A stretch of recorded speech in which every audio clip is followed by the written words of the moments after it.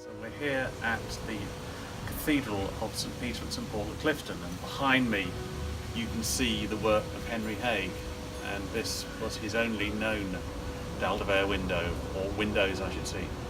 So this is where the story for me begins, because of my connection with Henry Haigh and the family, and the fact that I was lucky enough to get the residual glass from this window made in the early 1970s. So let's go in and have a look and see where we begin around the country.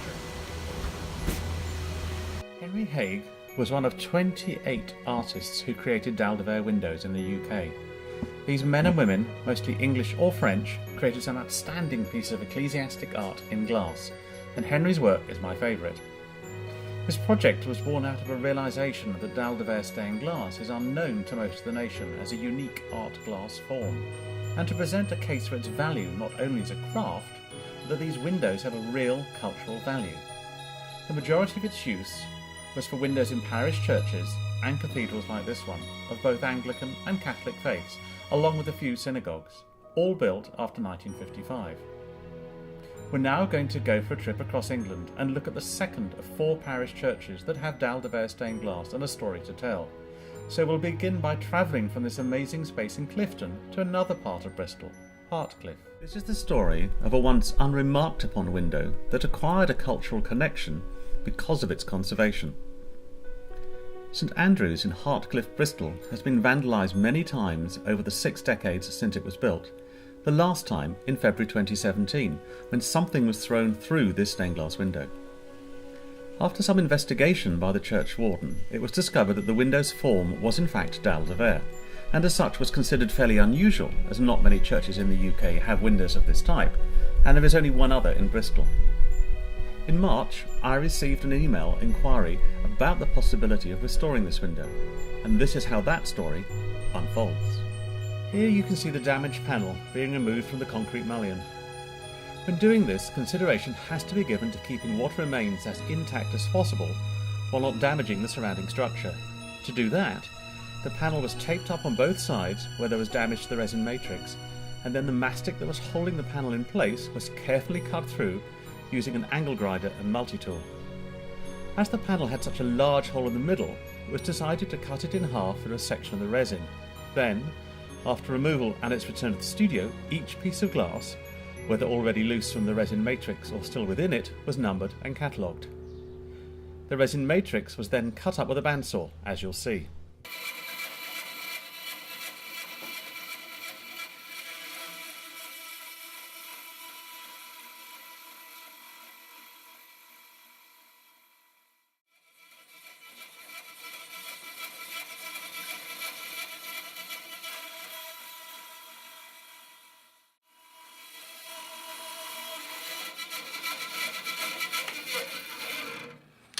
And then we have it into smaller pieces, and then we can take this one and cut it down even smaller until we can get each piece of the glass out securely. So now this piece of dowel has been cut into a smaller size around the epoxy, and then little lines have been cut into the epoxy to enable it to be broken off the outside. So I'm back on the anvil, which you'd normally use to facet the dowels, but this time, using my dowel hammer, I'm going to actually hit the epoxy and hopefully persuade it to come off the dowel. Like so. So then we have that dowel out, ready to go in the new epoxy. One of the issues around conservation / restoration is, can you keep the original materials, or do they need to be replaced? Now, when it's come to the resin that was used to actually bind the whole panel together with the piece of glass inside it, we couldn't use the original resin. Once it's been used, it's been used. And so we had to remove the dowels from it. What often happens though, once you've removed a dowel, you find that it may not be serviceable again. This piece here no longer has a flat back. I don't know if it can be seen clearly, but this is now curved completely. So if we were to try and use this and stick it down and pour the resin around it, the resin is going to run underneath a lot of the glass and obscure the light coming through. So this is when I think restoration is more what is considered than conservation, in that we can't use this. What we'd like to use, obviously, is a glass that is an identical colour.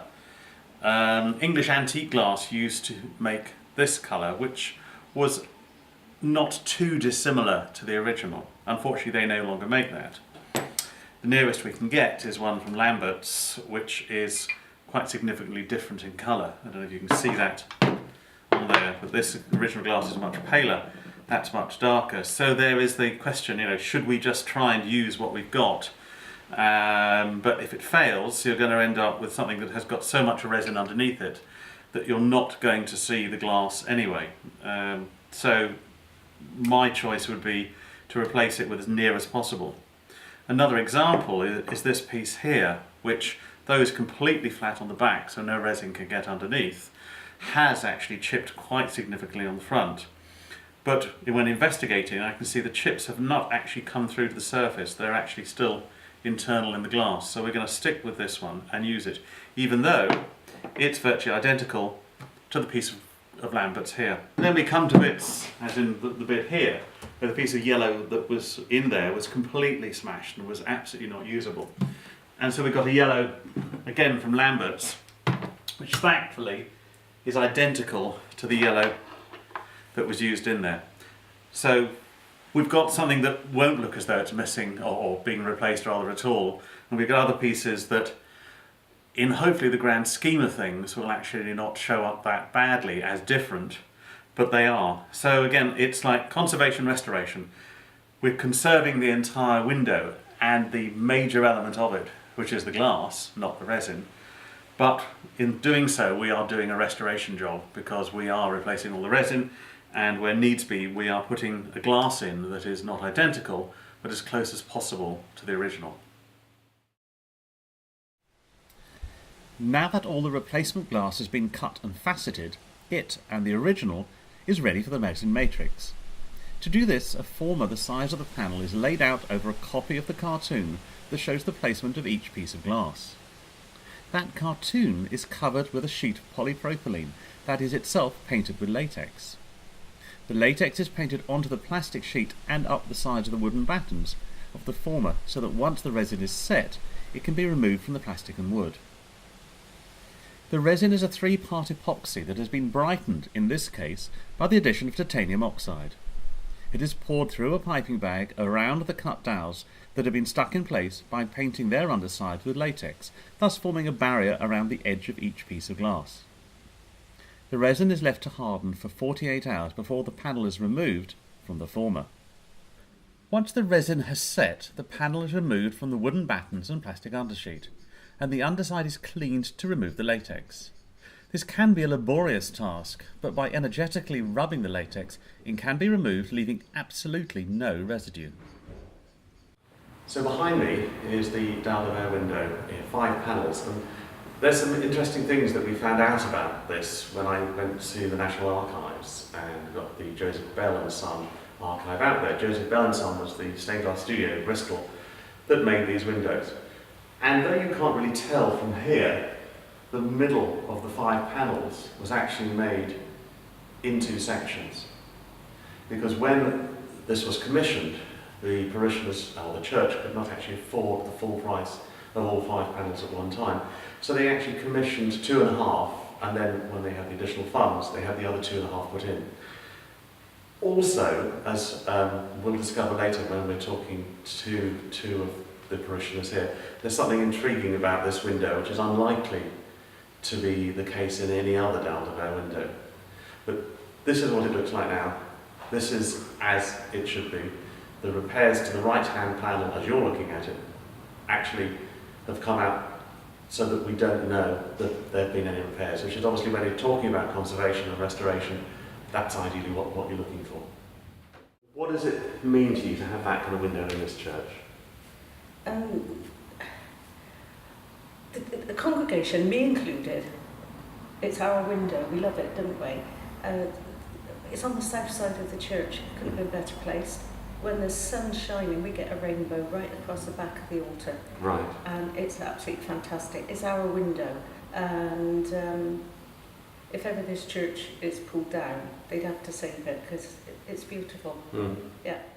Now, as you know, I went to the archives at the V&A Yeah. because I discovered it was Joseph Bell and Son in Bristol who'd made the windows, and they had the archives for the company. And they had lots of information on it, and there were some really interesting things because, as we discussed when I eventually got here to have a look at it, it was installed in, back to front. Yes. And so the inside is on the outside, and the outside is on the inside, and that was most confusing. And it looked to me as though the middle panel of the 5 had been broken because there was a bar across it. But going through the archives, I discovered probably why these are like they are. In that when the window was first made back in '64, it was going to cost the church £200 for all 5 panels. That's all. And at the time they couldn't afford £200. They could only afford 100.